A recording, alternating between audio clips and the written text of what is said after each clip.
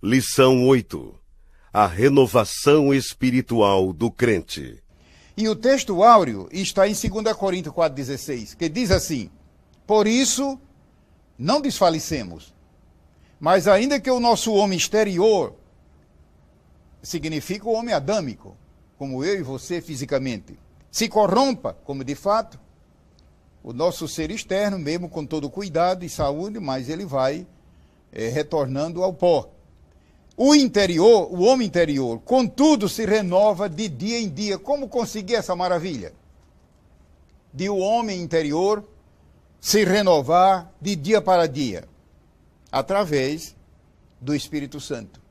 Ou seja, isso é possível, isso torna possível um crente, mesmo que ele tenha uma idade física de 50, 60, 70, 80, 90, 100 anos, mas espiritualmente ter a mentalidade e o vigor de um jovem. E às vezes acontece o contrário, lamentavelmente, jovens crentes ainda em plena flor da idade, parecendo velhos espirituais. Isto é falta de renovação.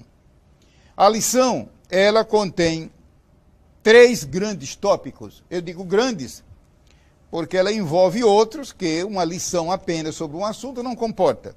O primeiro tópico que é o que significa renovação espiritual. Hoje que se fala tanto em renovação.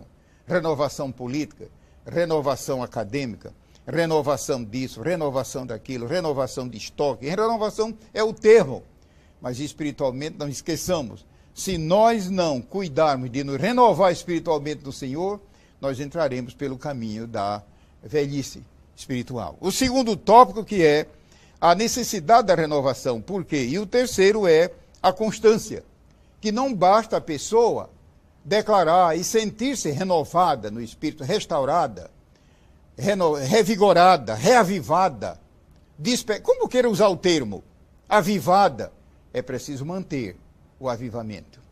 O que significa renovação espiritual? Certamente os telespectadores vão se lembrar do grande homem de Deus que foi o salmista Davi. Ele, nos seus salmos, de vez em quando, ele clama pela renovação. Em muitos lugares ele diz: vivifica-nos, Senhor, vivifica-nos, vivifica-nos, vivifica-nos. Eu creio que era o Espírito Santo falando desta época, que hoje está à disposição de todo crente em nosso Senhor Jesus Cristo.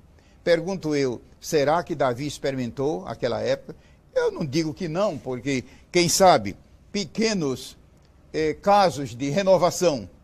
Nós temos o segundo tópico da lição, que é a necessidade da renovação espiritual. Ou seja, Deus não nos chama, Deus não deseja que o crente seja como se fosse uma espécie de lago. Lago é uma coisa circunscrita. Você sabe que lago é uma coisa fechada. Lago, quando é lago mesmo, não tem saída. Não. A Bíblia diz que o crente deve ser como um rio. Inclusive, quando Jesus falou disso em João capítulo 7, dentro desse segundo tópico da lição, inclusive a transcrição está na revista. Ele diz ali no capítulo 7 que será como o rio de água viva quando o Espírito vier sobre a igreja. Ele não diz como um lago, mas como um rio. Um lago tem suas virtudes, mas não se compara com um rio, que se trata de algo dinâmico e vivo e progressivo. Eu nunca esqueço da primeira vez que eu cruzei a fronteira, cruzei o rio Amazonas, passando por cima de sua nascente, via aérea. Eu observei que a nascente do Amazonas, lá no Peru, é apenas um filetezinho d'água. Entretanto, quando ele desemboca no estado do Pará, é de grande largura, centenas de quilômetros. É exatamente a figura que a Bíblia nos apresenta desse assunto de renovação. Ou seja, Deus nos chamou não apenas para ser um lago. O lago, a meu ver, fala de egoísmo. O lago vive para si. É tanto que, no passado, muita gente preferia fazer suas habitações à beira dos lagos. Mas nós sabemos que um rio fala de vida. A renovação deve ser diária, a renovação deve ser consciente, A renovação enseja a operação do Espírito Santo, é claro. Isso abre caminho para o Espírito Santo operar ainda mais. E o terceiro tópico da lição, que é a constância da renovação espiritual. E é nessa altura que eu quero ler Efésios 5, e versículos 17 e 18, que faz parte da leitura da lição. E diz assim: e não vos embriagueis com vinho em que há contenda. Ou como diz uma versão mais atualizada, e aliás, mais fiel, em que há dissolução. Eu acho que mesmo assim ficou difícil, ficou muito clássica a palavra. Falando em linguagem bem franca, como está no original, é: não vos embriagueis com vinho em que há orgia. Orgia. Eu não preciso dizer mais nada. O que é orgia? Um antro de pecado. A Bíblia diz: não vos embriagueis com vinho em que há orgia, em que há dissolução. Mas,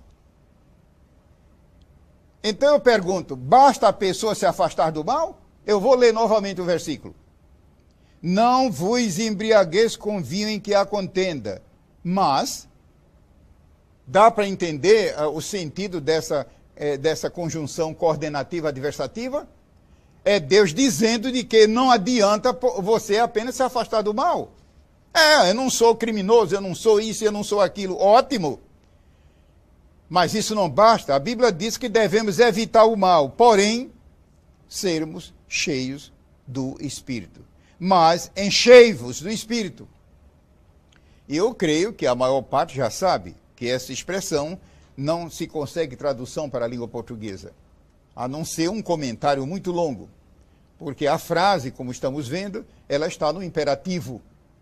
Mas, ao mesmo tempo, a frase está no infinito presente. Enfim, uma riqueza. Ao pé da letra, a frase diz o seguinte: deixai-vos continuar enchendo-vos do Espírito. Vou repetir. É claro que é uma tradução livre, mas eu tenho convicção do que estou dizendo pela misericórdia de Deus. Ao pé da letra, a frase diz: deixai-vos continuar enchendo-vos. Querendo dizer que só o Espírito Santo é que enche. E querendo dizer que o crente tem sua participação. Deixai-vos encher continuamente do Espírito. Então, é uma lição que deve marcar a nossa vida. Mesmo que você seja um crente veterano, quem sabe herói de muitas batalhas espirituais, lembre-se, a nossa renovação não é permanente, a menos que ela seja conservada. Conservada. A mensagem da Bíblia é: o fogo arderá continuamente no altar. Não se apagará. E você entende o que quer dizer apagar? Significa que se o fogo não for alimentado, ele se apaga. E espiritualmente é o que acontece na vida de muitos. Que essa lição seja uma bênção para todos.